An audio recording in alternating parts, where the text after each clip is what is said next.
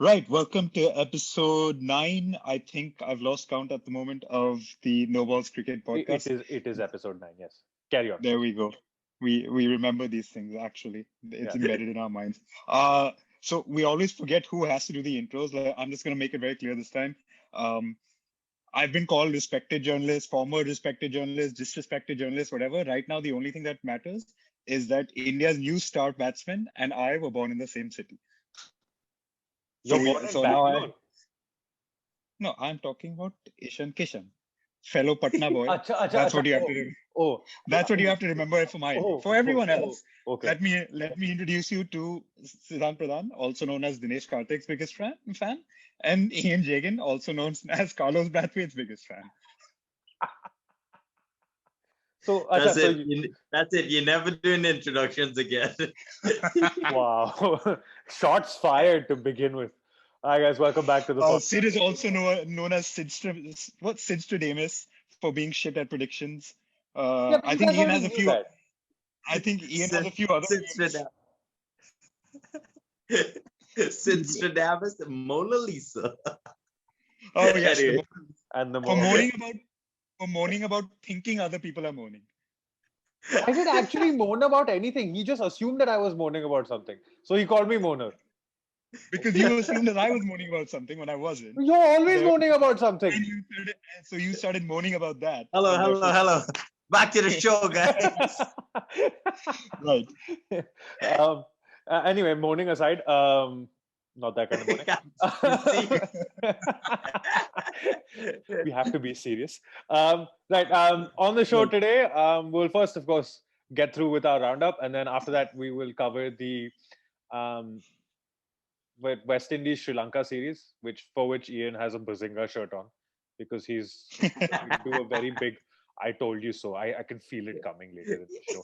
Anyway, we'll begin with the There you roundup. go.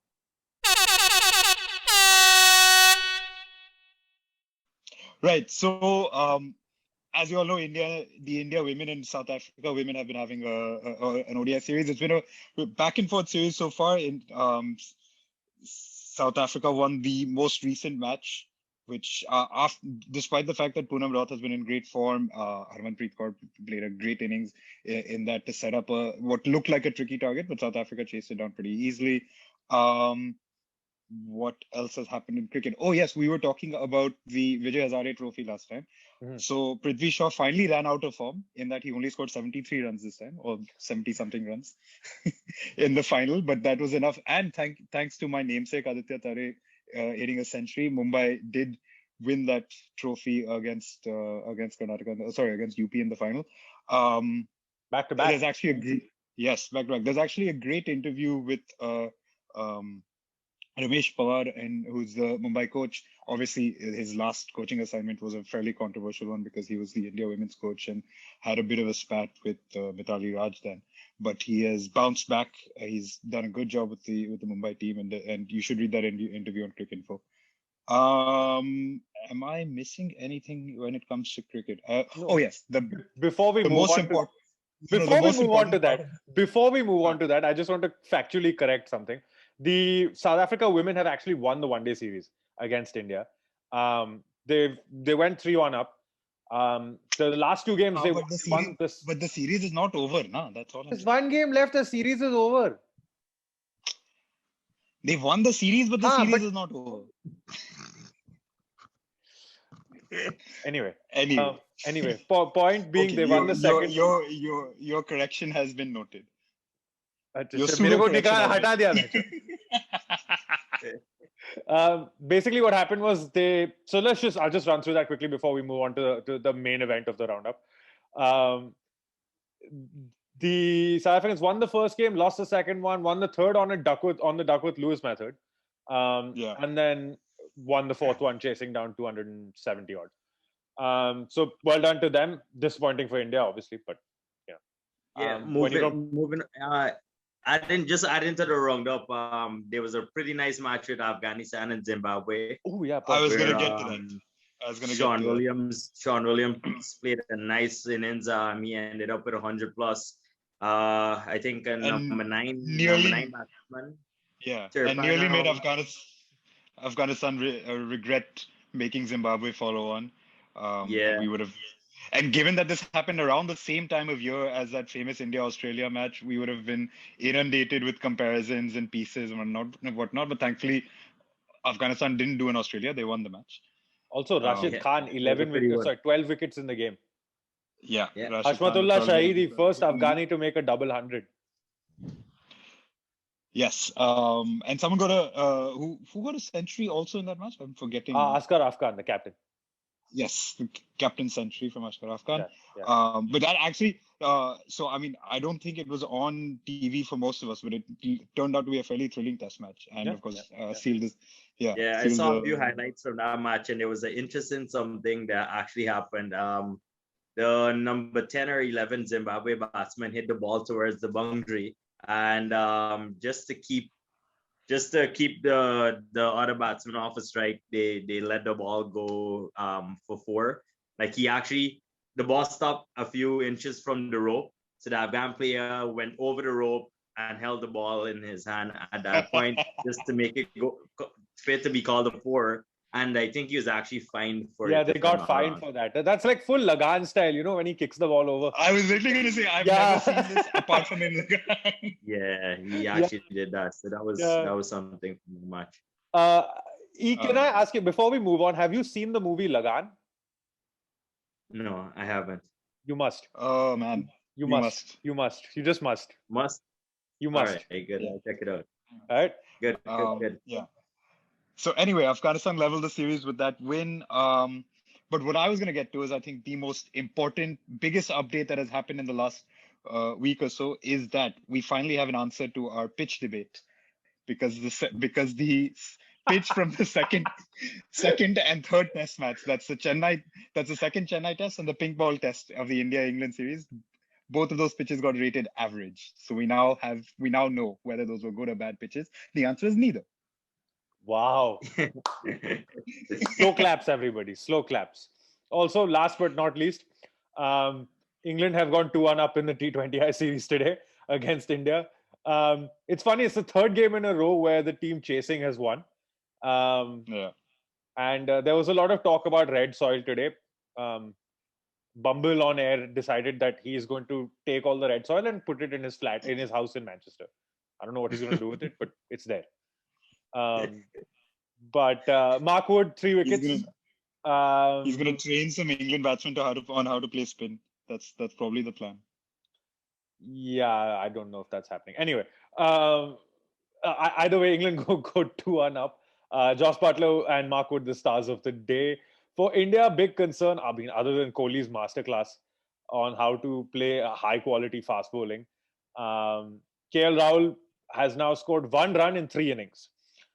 And that's going to be the big talking point when we eventually do get to the next game. So that's the situation in the India-England Test series. In the T20I series, we will cover that on the next episode in depth with everything that goes on. So watch out for that. And that pretty much concludes our roundup for today, unless you guys have anything else to add. I mean, we could start talking about India-England and then we'd probably never stop. So, so I'm not even going there. I'm not even going there. So the only thing I will bring up is the fact that Dinesh Karthik, yes, the famous DK, is actually commentating for Sky on air. He's brilliant. He has today said that Virat Kohli started off like a Corolla and ended up like a Ferrari.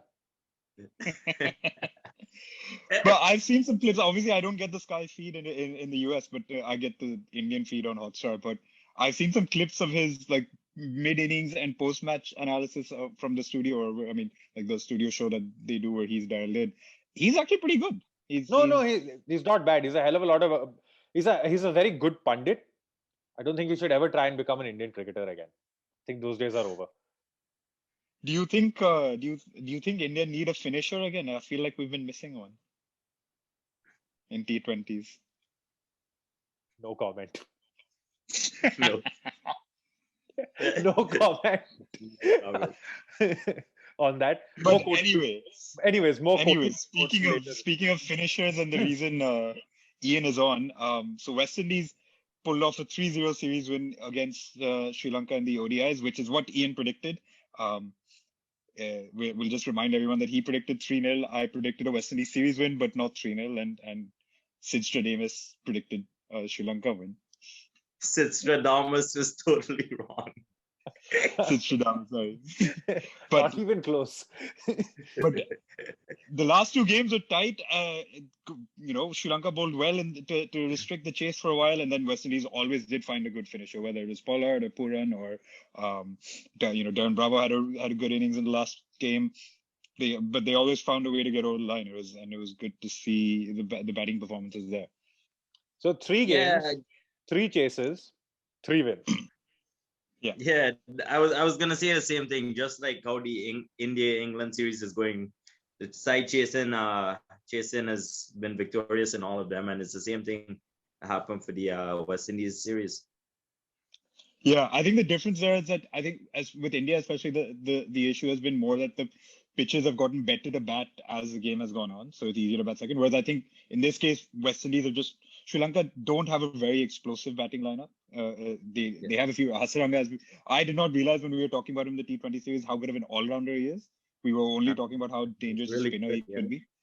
But yeah, so he's accelerated, but they've just not put up big enough totals. And when then you have a batting lineup like West Indies, it's always gonna. I just want to bring one thing to note. If you guys have actually tried following the scores on Cricket Info, it gets very confusing because Hasaranga's name on Cricket Info is Puwh De Silva. But this is every Sri Lankan, man. Yeah, but that's why I told him over the chat. I wasn't surprised one bit. Like that's I know, but it took me a while to figure it out. I'm trying to see why. It was like, how could they not play Hasaranga? I was like, yes, he's playing. He's actually bowling right now. And then checked it out. Anyway, but yeah, I coming to the series, it was a really, really, really good one for the West Indies. Coming off of the 2-1 victory in the T20s, we were able to.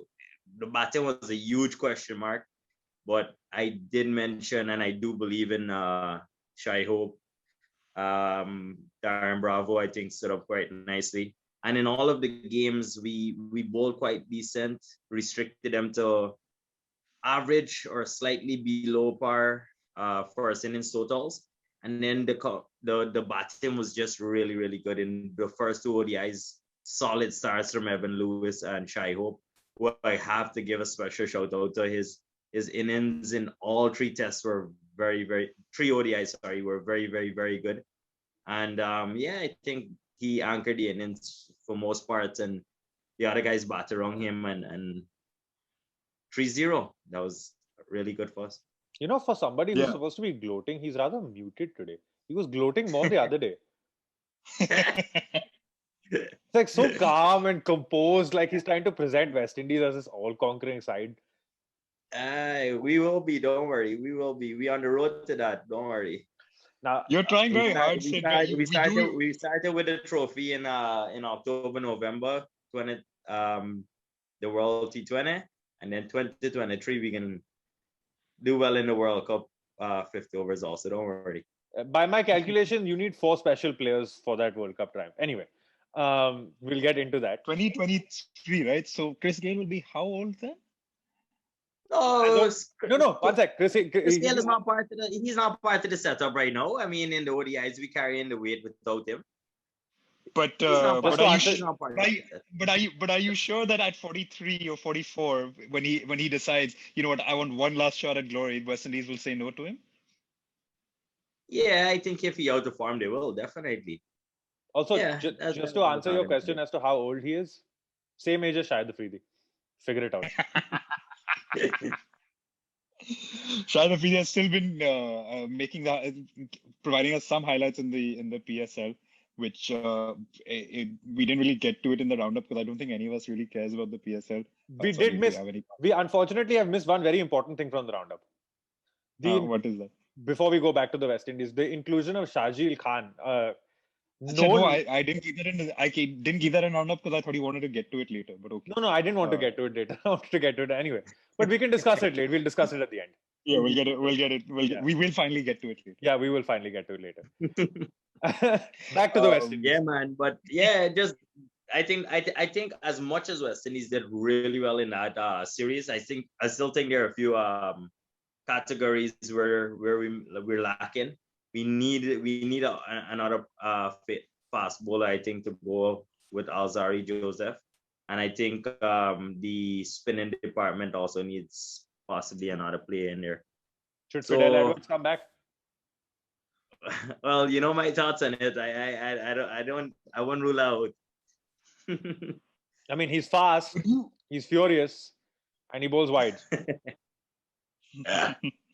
Sounds like a West Indian fast bowler. No, Aditya, what's your thoughts on Fidel? Listen, the Fidel Edwards I don't think I want to hear after the laugh.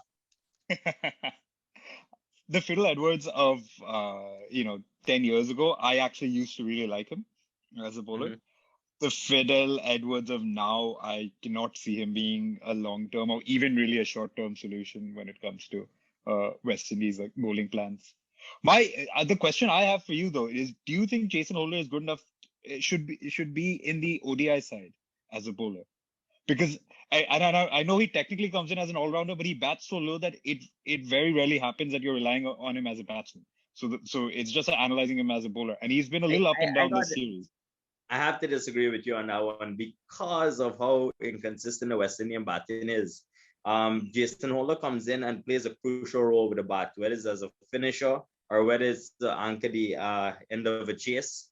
So I think he falls in that category of all-rounder, definitely. Does he make it purely as a fast bowler? No. And that's why I mentioned earlier that when it comes to out and out fast bowler for when we got away with it this series against Sri Lanka at home, that pitch, we got away with Pollard bowling 5, Jason Mohammed bowling 10 overs, taking the most wickets in the series. Not taking too much away from him, but I don't think that those guys will be that, potent against the other top country, against India, England, Australia, and in other conditions, right? So looking at the whole picture, when we travel and we need, I think we're lacking a fast bowler, and we lacking another spinner, as I mentioned. Jason Holder, Pollard, they fit the nice category of all-rounders. Our batsmen are there, they're finding their feet. I'm happy with the batsman, happy with the all-rounders, not happy with the I think again, as I mentioned, the spinner and the pacers, we need a few more personnel in there. Yeah, I mean, the point I had about Holder, and I take your point actually, because this series he's been batting at 7, I think, and I think it's a credit to the West Indies top order that he wasn't really required to play any substantial innings at 7, which is why you analyze him this series more as a bowler.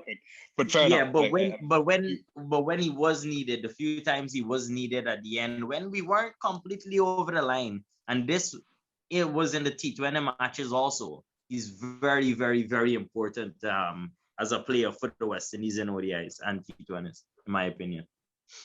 Fair enough. Just on the Jason Holder point, I just want to say that I've been one of his biggest fans for a while, and okay, his bowling may not have maybe developed in the way that I thought it would. He's still a fabulous bowler, and you're right, he's not an out-and-out quick, but he does. Yeah. And as Ian said, he's a very important guy to have in the middle order, and I think the thing with having Jason Holder there is it not only gives you sort of a buffer, but it gives you a bit of flexibility to play another spinner or play another fast bowler, a proper fast bowler. Yeah. Mm-hmm. I mean, it is true that West Indies also play a lot of players in the lineup who may not all be either a frontline batsman or a frontline bowler, but can do both, and which gives you a lot of bowling options. So you're probably not relying on Holder to bowl 10 overs every single game. Okay, how do you explain Jason Mohammed then? Because he's come in ostensibly as a batsman, and he ends up taking a lot of wickets. And to be fair to him, I mean, I've not been his biggest fan. I just think that he's not a good enough batsman to justify being there, especially when you have other options. He bowled well in this series, though. Exactly, but he's batting at number 3. Is he batting at number 3? Batted at number 3 in the last game, definitely. Yeah, he's speaking about Jason. No, he did. Jason Mohammed, No, right? Yeah, yeah, Jason Jason. Mohammed, Okay, yeah, he did. So he Yeah. did, but I think that was more a tactical call of just sending him up as a pinch hitter, right? It was not. He's not penciled in as a number 3 batsman otherwise. But I don't think he is a pinch hitter. I think he's more of a sort of technically No, correct I batsman. think you got that one a bit wrong. He's definitely no. I don't have him. I don't think he's a pinch hitter. Sorry. I think they have No, him down. when I say pinch hitter, I mean he was played at 3 as like he was moved up the order. He probably is. What I mean to say is he's not he's not West Indies number 3 batsman.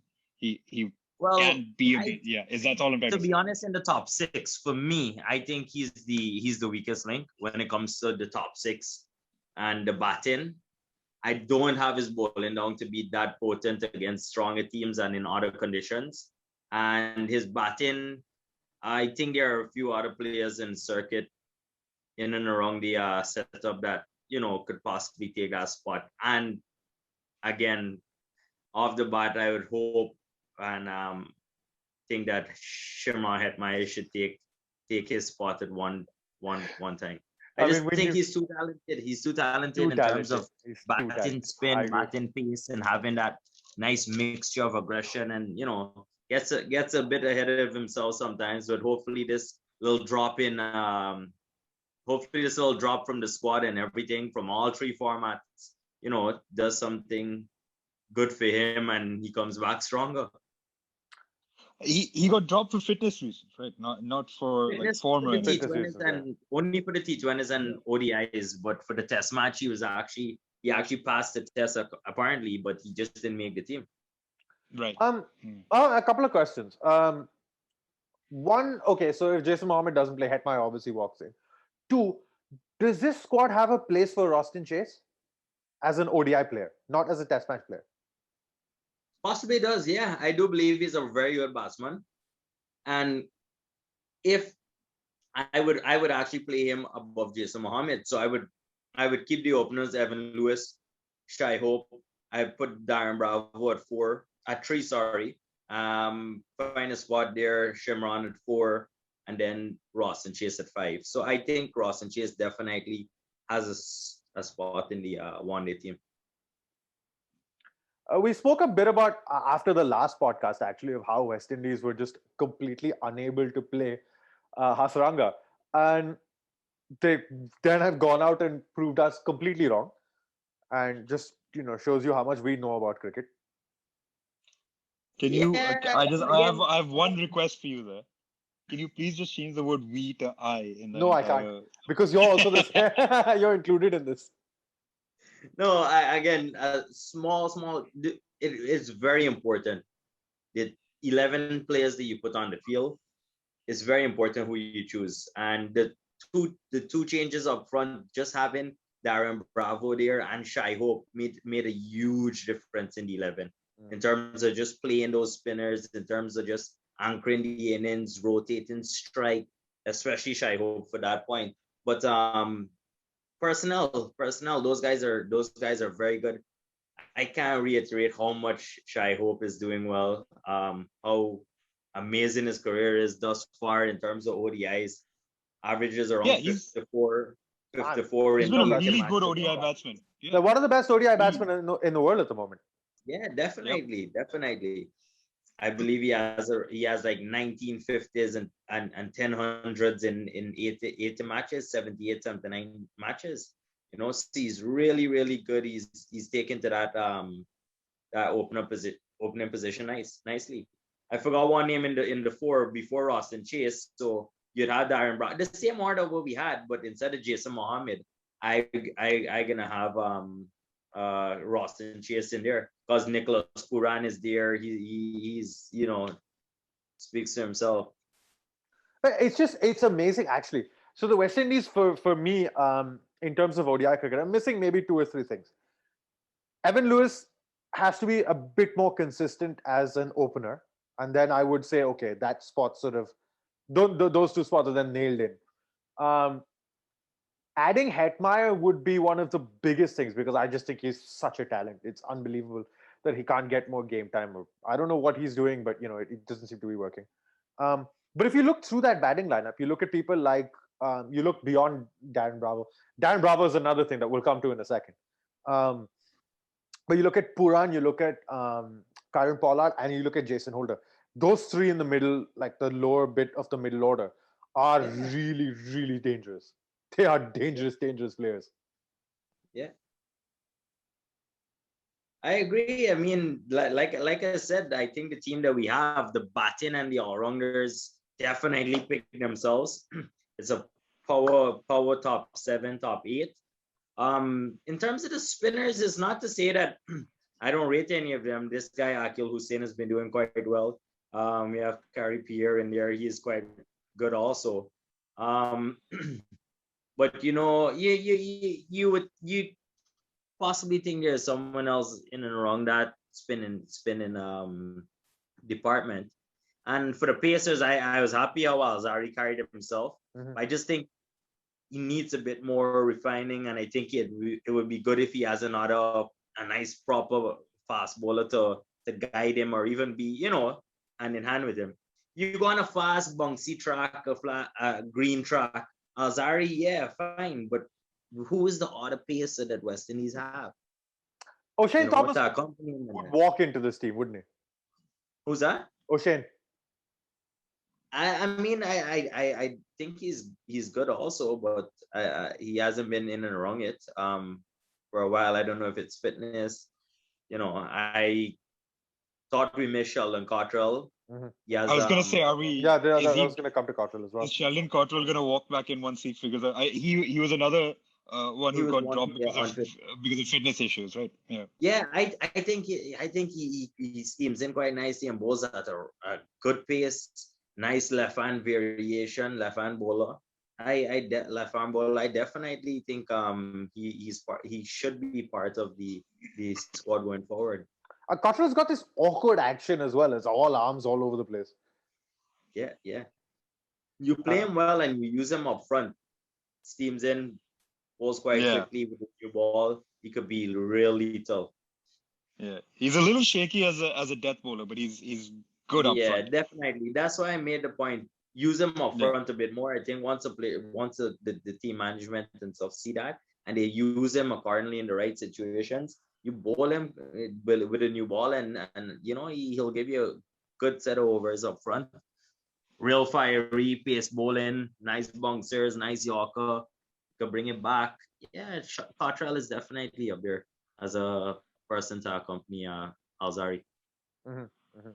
So there's only sort of two spots in the batting order that are a bit dicey. One of them revolves around Darren Bravo. Now, Bravo, we remember from maybe 10 years ago, was one of the most outstanding batsmen that we'd seen. I mean, he would have been, he'd probably be in the same company. He was being touted as the next Brian Lara. Exactly. Would probably weighed him down a bit, but he was. No, but you look at it. I mean, if you look at the way Bravo would have been had he carried on that sort of upward trajectory at that stage, he'd be in the same company as Kane Williamson, Virat Kohli, Steve Smith, Joe Root. Fifth guy is Darren Bravo. Yeah. He's not there. I remember me and you sitting on in the College Stadium set, and we used to look at the upcoming players below the age of 23, 24, and get our 11. And those are the top 5. Yeah, it's the top 5. Bravo is always used to be there. He's definitely part of it. Yeah. But here's my sad how we fell off, and yeah. So here's my problem with him. He's good, right? When he's good, he's really good. And he looked a bit rusty in the last ODI, but the way he played that inning, I mean, he went through, carried his bat, made sure that they got over the line. I think that was important. It may have been a bit slow at times. He's got 2 problems. One, he'll come in, he'll make the runs, he'll look great, this, that, and then he goes missing for 2 years. That's one. 2, one problem I noticed in that innings is his inability to turn strike over. Mm-hmm. Yeah. So even when he's there, there's an issue. Now, do you get somebody to replace him? Does he stay in? Is he crucial? What happens if he hits a bad patch of form again? What are you going to do then? Again, in terms of the squad, I think batting, you have guys to come in and fill those spots. You have Hetma, you have Roston Chase. You have, if you were to think about bringing Blackwood into the one day at some point, there are players to cover the batting. I think for now, Darren Bravo is definitely a pick. Sure pick in the 11. You saw how he played in the last game. He anchored the innings straight through, and experience and a bit more mature now. And I should hope there's just upward from here for him. Just to conclude, it was a really good series. I like how the guys played. They seem like they gel really really nicely with each other, and I was very very happy with the series outcome. I think they bowl well. I really really like how they plan the innings to bat and to chase down those scores which Sri Lanka put up. And yeah, just super excited for the test matches. 2-1 victory in the T20s, 3-0 victory in the ODIs, and we're just looking forward for the test matches now starting on Sunday with a new test captain. Fun times ahead, exciting times ahead. Who knows? Who knows? Right. So speaking of the test captaincy change, that's so we had all these grand plans of doing a live YouTube video the day it got announced. So the day after it got announced, and then I think Ian was just a little too drunk to join us. I was now gonna say, please don't say why it didn't happen.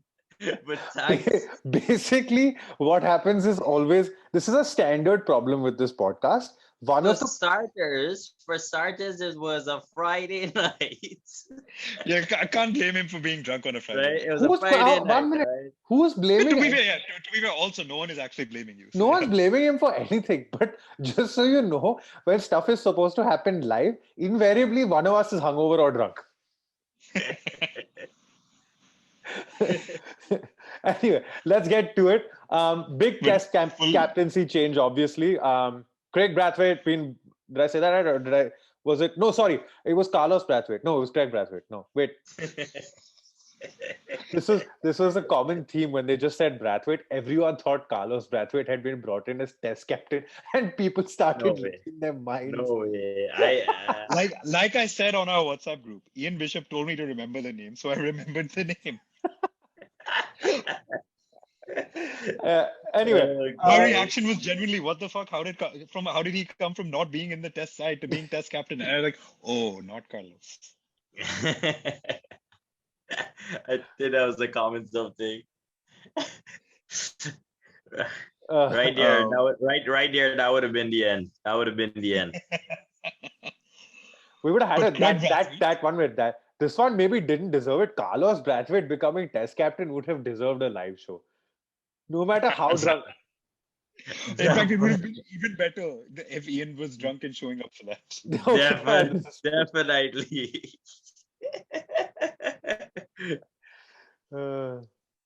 Anyway, Craig Brathwaite has been named the permanent test captain after a very successful series in Bangladesh, obviously.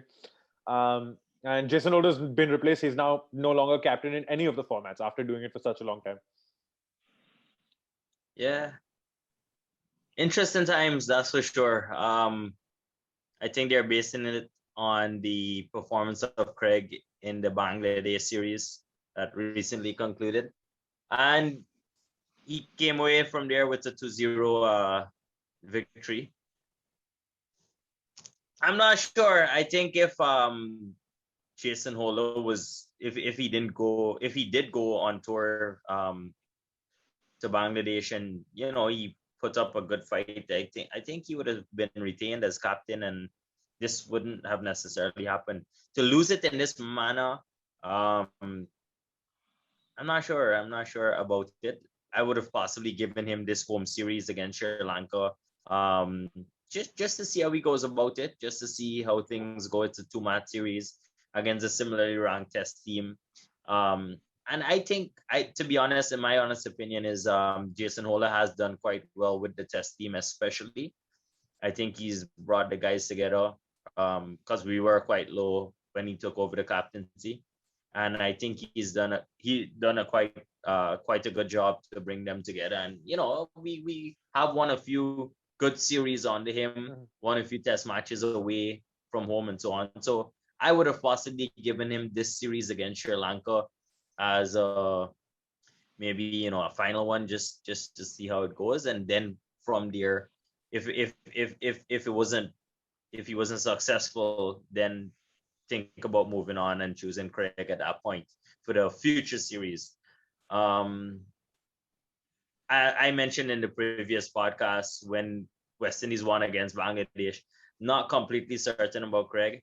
The few times I had seen him before, think he's a bit on the defensive side, and that could, especially in Test match cricket, that could just let everything off. Even if you're in a winning position, that could you know not be a good thing. And let's see how he goes. Let's hope he continues in good form as the It's funny captain. though, that's the same argument that has been leveled against Jason Holder. I was just gonna say the same thing. That it's interesting you Yeah, mentioned that Brathwaite's I know that, defensive. again. That's why, to be honest, that's why they have chosen Craig Bradford. Yeah, but is he the right choice? You're not. So the question should be not necessarily should Jason Hole have lost the captaincy at this point, but is Craig the best choice? Right. I mean, he's the only other choice, isn't That's another one. Was Craig Bradford even the if I could ask you guys, was he even the Test vice captain before this? No, he had lost the vice captaincy to Ross and Chase. Interesting. Right. So Ross and Chase had taken over for the vice captaincy, and yeah, I think that was mentioned by Sir Curtly Ambrose on commentary, and when he made that point, I found it quite I found that quite significant.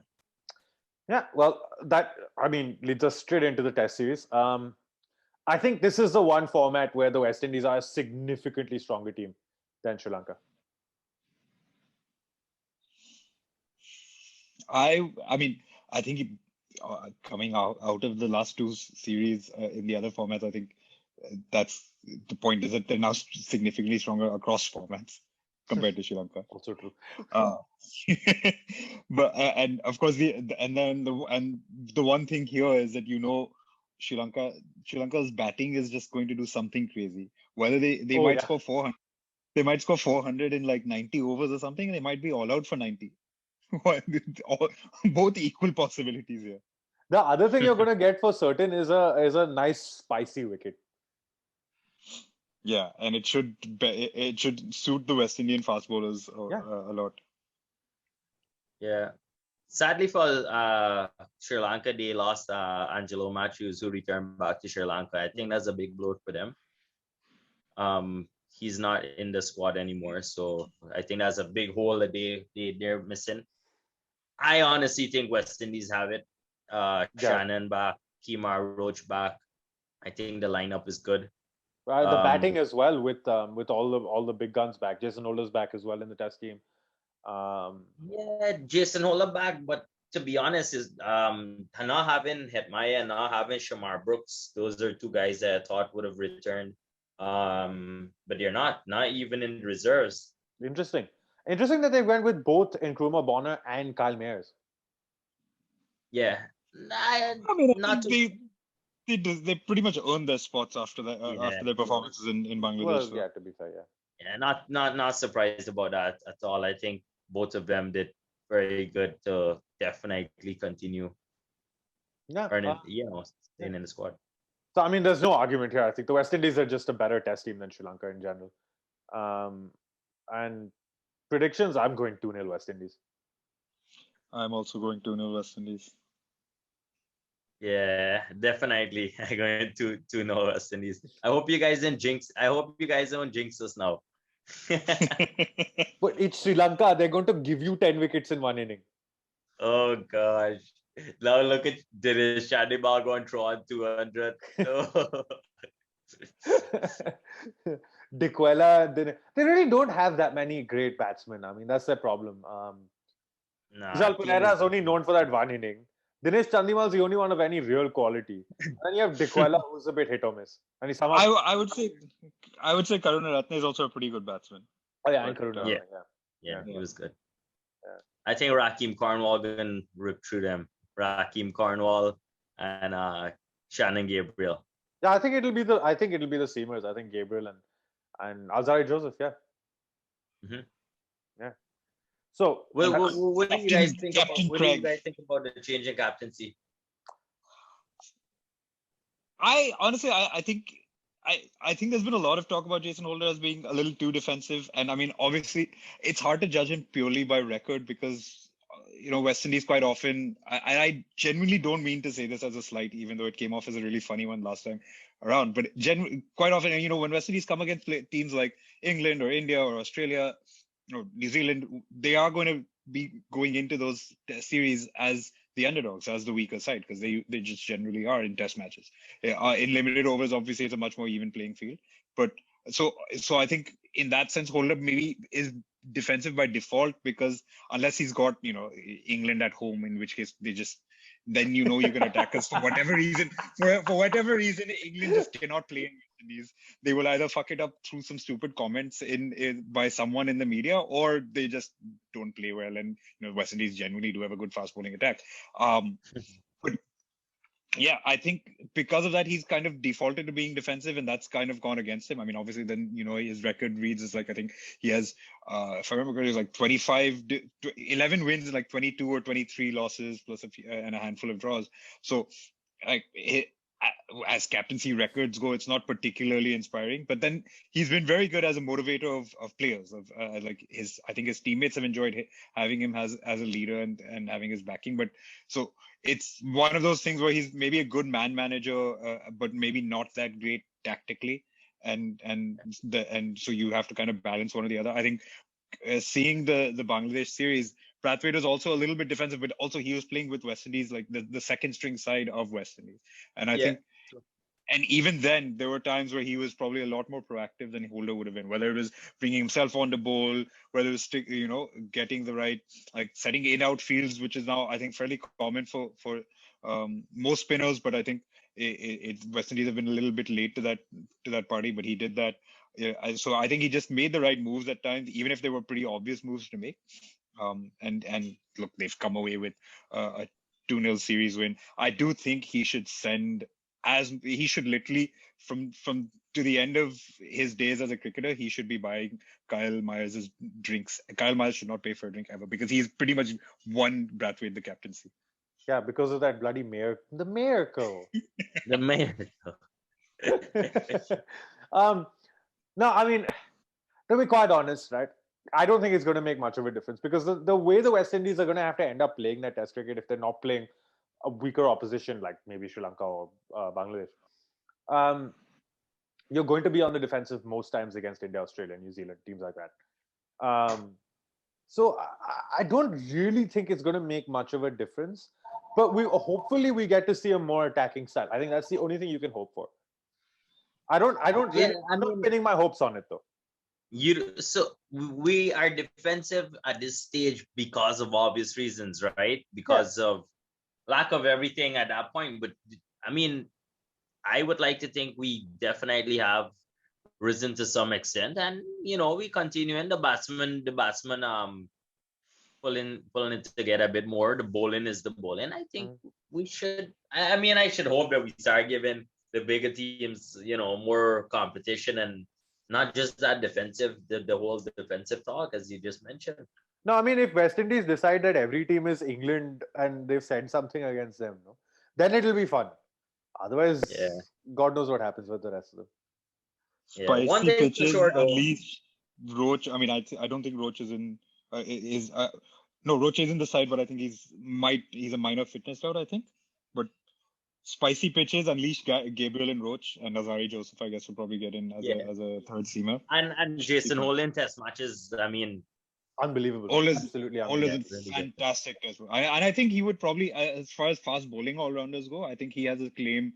Honestly, I think he's the best fast bowling all-rounder in test cricket. Yeah, I would think so. As a bowling all-rounder, yes.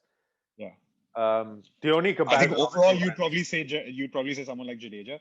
I think Ben Stokes has a reputation, but he kind of just has flash in the pan performances rather than putting it on consistently. He's a bit like Stuart Broad in the sense that he's a man of great performances as opposed to consistently. Yeah. But Jason Holder's been fantastic. He's definitely been a great bowler. I think as a bowler alone, he's been one of the best. Oh yeah, definitely. as in the last 3-4 years, and then he's just figured out a way to come. He's a really good and really reliable lower order test batsman. Yep. Yeah. I'm excited to see, like I mentioned from the beginning, for the entire series, all three formats. I think the teams are relatively evenly matched. They're ranking around the same level, hovering at the middle bottom of the table. And I think it makes a very, very, very competitive series. We saw it in the T20s. The one days were fun, and the test matches, I don't think it'll be anything short of, anything short of like just exciting cricket. I think excited to see the likes of Joshua De Silva for West Indies. Excited to see how Craig goes about captaincy. Excited to see how Jason, after a long time as the test captain, see how he plays just as a normal role. Yeah, very, very exciting times, like I mentioned before, for West Indies cricket in general. Super excited for Sunday. First match. Yeah, should be great. I think before we end this segment, I have just one really quick request. Ian, can you please sing "Rally Around the West Indies" again? Rally around the West Indies. No one forever. That's all you get today. If you had called me on Friday night, you would have gotten the whole thing. You do realize that this is used as the music at the end of the pod, right? If you call me on Friday, if you had called me on Friday night, you would have got a steel pan and everything. Oh, right.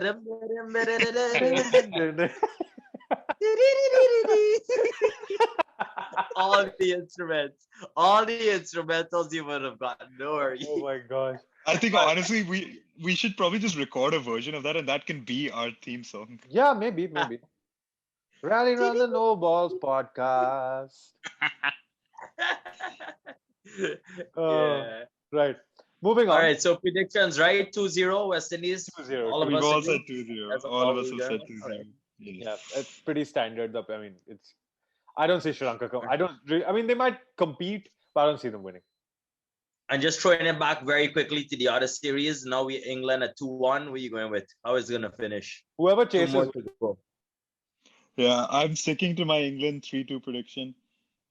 I'm literally saying the next two depend on the toss. Whoever chases wins. All right. Actually, I have a question.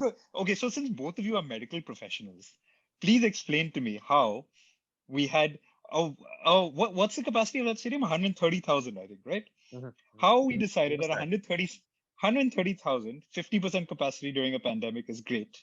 That's still 65,000 people, and then suddenly two tests and two T20s in, we've suddenly decided, oh no, we need to stop having people in at all. See, that's why we didn't make the decision. Exactly. If we made the decisions, that would have never happened. I agree. I agree. Also, this is what happens when you name a stadium after the sitting prime minister. I'm now going to say this is where Sid makes his one political comment per segment, and that makes us possibly get kicked off a year, right? So no, let Sid go into that.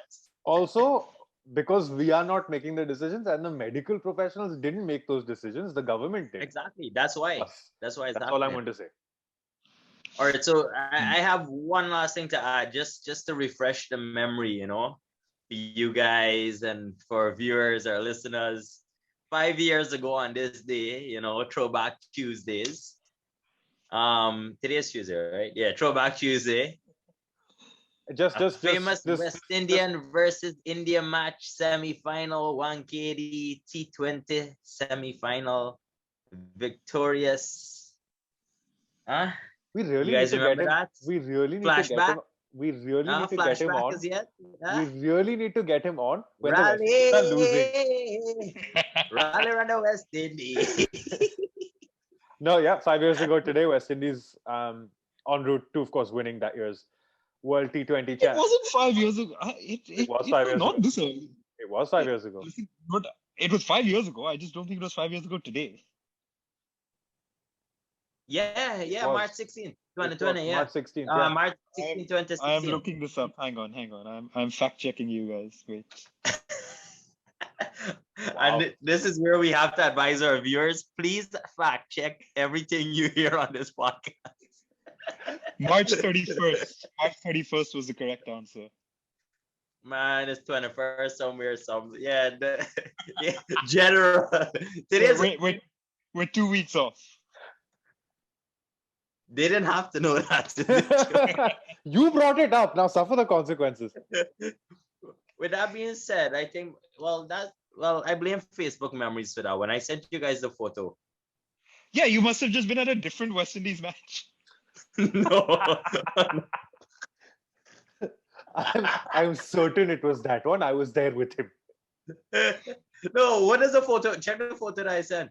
I did see the photo that you sent. Yes, it does. What's say the date? What's the date on it? Let's Check that for me, please. Just check the date. The date on the photo is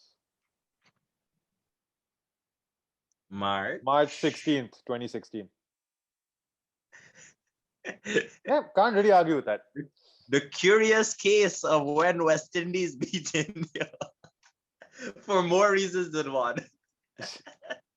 Anyway, moving on. We're going to leave the West Indies and all their sunshine and roses behind at this moment. We are going to talk about. Hang on. Wait. I have the answer to your question. Ian, your own caption on this picture that you said this is the start of the World Cup for the West Indies. You've literally written lovely start for the West Indies at the World Cup. So clearly it's not the same match. We'll get back to that around this time. All right, around this time. Could it maybe have been a group? You were at the West Indies tournament opener and you've confused it with this game. It's okay. You can on March 31st you can send us a different picture and rub it in anyway. It's basically on the podcast that day after the test series when he comes on again. No? He's going to like nicely ghissaw it in now. Anyway, moving on because we spent far too much time getting confused by Ian. Let's move on to something a bit more somber and serious. Shahid Khan has been picked in the Pakistan T20 squad. Now, significant for one main reason. Actually, two reasons. One, because he weighs 112 kilograms and apparently is fitter than Yasir Shah. And two, because, and this is the serious one, obviously, known convicted match fixer from the PSL. We've been down this road before. Where do you guys stand on the issue of guys that have been convicted? Forget PSL or whichever league that they were convicted in. Surely there's got to be a point where you say you've been a fixer, you don't appreciate the game, you're not going to be eligible for selection. I mean, I think we probably discussed this at some point in time during our first go around with the podcast. I'm pretty sure I remember having a long discussion about match fixing, and we were on the same page there. Like, I think if you've been convicted on, no, I mean, look, we said this. Mohammad Amir came back, and I think it wasn't as controversial as it was this time around. We all figured at that time around, Ahmed was like 17 or 16 or whatever when he first got convicted, so it wasn't a big deal for him to come back. But yeah, I mean, I agree with you completely. I feel like I think it's just a question of where the issue is. Was he actually doing any spot fixing, or he was convicted, I believe, only of not reporting approaches, right, rather than of actually, changing the result, or not changing the result, but like doing anything deliberately that would aid in the actual fixing. So I think that's it. Then it comes a question of where you draw the line. If memory serves me correctly, and I'm just going to fact check this, Shahid Khan was actually convicted of trying to fix a game, not just not reporting an approach. We may have to check this one up. Yeah, and that's the thing. We just want to make sure that this is what is.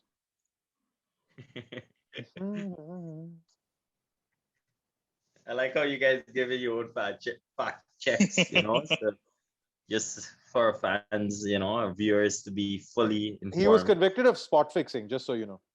Okay, there we go. He was convicted. Full stop. He should be banned. Yeah, that's the thing. Um, I, I mean, it's obviously a recurring problem, and I had to justify it on Twitter by saying that if Srishant ever got back into the Indian side, firstly, that would be We'd say very this. funny for a whole other set of reasons. Yeah, it would be hilarious. Um, But but we would have the same opinion. but We we'd would. have the It's same all. opinion, is what I'm saying, and this is why I felt that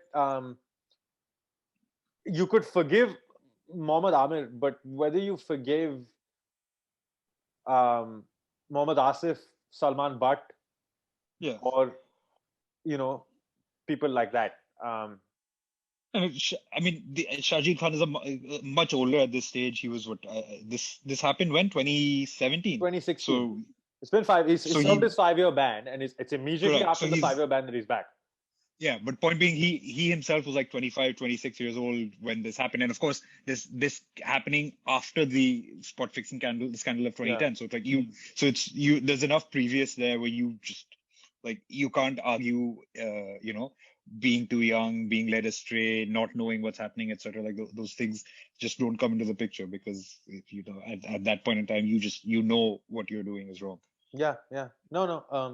Agreed. But I'm surely, yeah.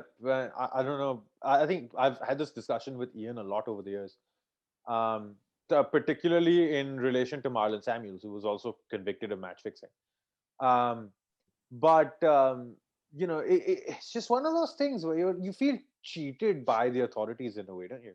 This guy doesn't respect the game at all, and why is he still playing international cricket? He doesn't respect it. The point is, I think what I would say is if you're letting him play cricket at all, then why stop? Then why stop at the PSL? No, I mean, look, if he served his ban, I don't mind him getting back into the PSL. But playing international cricket, I think there should be a ban on. I think that should be it, where you're not allowed to play international cricket. You can still earn a living, but you won't be able to become that level of player. Yeah, I agree with that. I mean, the fact that you did that, you got caught in that sort of stuff. Don't respect the game, for whatever reasons. Like Mohamed Amir was unfortunate, but for those other guys who knew what was going on and what they did, it definitely deserved life bans from the game, especially from the international circuit. Whether Yeah. you go and play domestic stuff, your club cricket and that sort of stuff, I could care less. But for the international game, I personally not too interested in seeing him play. Yeah, it's just a whole turn off, to be honest. The fact that Yeah. you're convicted and that sort of stuff, definitely a turn off. Yeah. So I mean, that's our take on the whole match fixing issue. Now, He may not pass the fitness test to get into the side, so you no, never he's know. passed the fitness test. He's already in the team. No, in the sense like once finally for selection and whatnot on the days. On the day, okay. I know he's in the squad, but yeah. Yeah. All right. Misbah ul Haq apparently is very upset that he's been selected because of his fitness, not because of the spot The fixing dude's fatter background. than Inzamam. Anybody would be upset. Anyway, moving on from that. Do we have an award? We have a few awards this week, actually. But do we have a We had one Nobles award?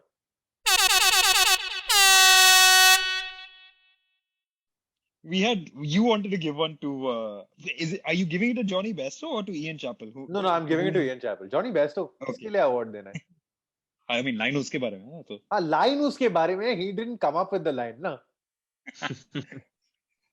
He provided the impetus for the line. You don't get an award for being the butt of the joke unless you're bowling no balls on this show. Hang on. Yeah, I was gonna say we only give out awards for being the butt of the joke. Pretty much. Do we have a no balls award winner this week? I don't think there's really been anything else as such. Yeah, they some guy won again with the eye, but I can't remember. Yeah, but nothing. Nothing significant has happened. Nothing significant. There was a no ball in one of the T20s also from England, but yeah, like nothing major happened there. So I mean, Jasprit Bumrah was off getting married, so even he couldn't bowl no balls this week. It's upsetting. Congratulations to him and his newly wedded bride. Anyway, 2 awards to give out this week.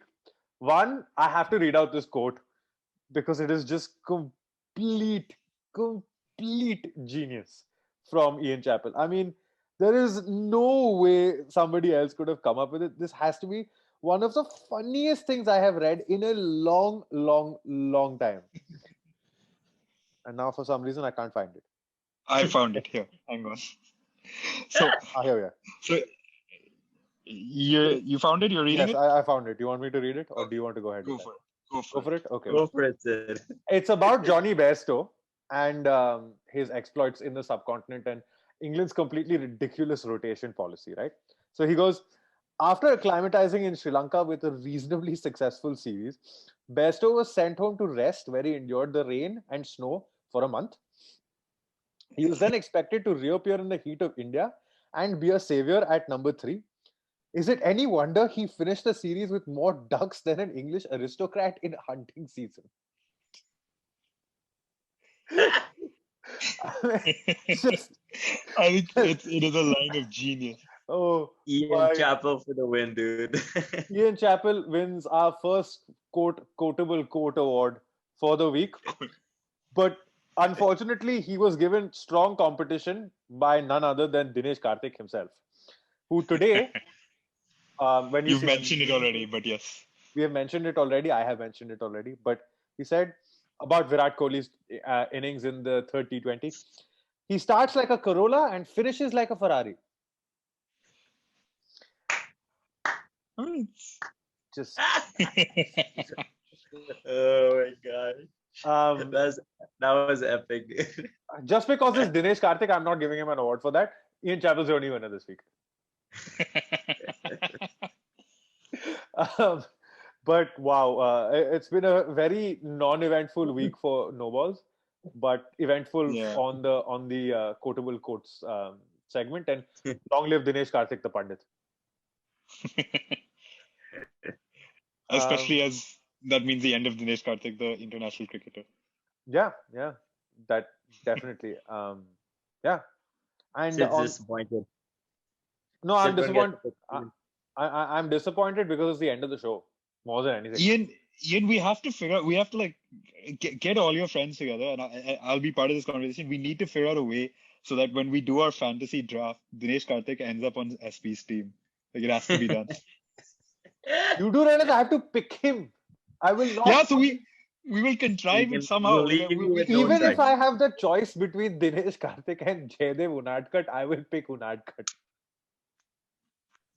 No, you got tempt Sid, like Sid, take Danish Karthik, I'll give you a bottle of rum or something, There you go. He knows me Sid better. can take him. It actually is that easy. It really is. Yeah, man. it is. Yeah, it's not difficult. I mean, You see, yeah, there see, you go. There you go. no idea. No idea how to deal with it. Chalo, fine. I'll buy you a beer. भाई छोटे मोटे चीज नहीं होता है यार. Has to Okay, be fine. like I'll buy you a 6-pack. Chalo. No, so I was sold on the rum. I'm not sold on the 6-pack. Mona Lisa fine. pricey. Mona Lisa pricey.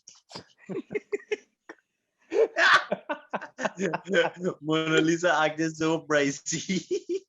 6-pack of beer just doesn't cut it. Bottle of Eldorado, very happy with. All right. On that very happy note, it is time to end. If you are watching us on YouTube, please like, share, subscribe, and Don't forget to say cheese. I meant to say hit the ghanta button, the bell button, the bell icon, whatever you want to call it. But really, cheese. Say cheese. And please, because apparently remember. we are taking photos. We have FBI powers. Yeah. Meanwhile, if you're listening, please give us a whirl on Apple Podcasts, Spotify, Podcast Addict, Google Podcasts. I'm missing one, I'm sure. Podcast Addict, Google Podcasts, Anchor, Spotify, Anchor, and sorry. Apple Podcasts. Yes. Also, please, for the love of God, we have no comments. We come up with enough rubbish throughout these shows. It would be nice to hear some feedback. However, Yeah. if you want to trash us, Yeah. Even if you're just trashing us, we'd love it. Yeah, we'd absolutely love it. Trash it as much as you want. Go for it, guys. Come on. Who's this trashy West Indian that we bring on the show? Why is he here? Um, on that note, it is time to end. Have a good evening. Thank you for watching. Cheers. Thanks, guys.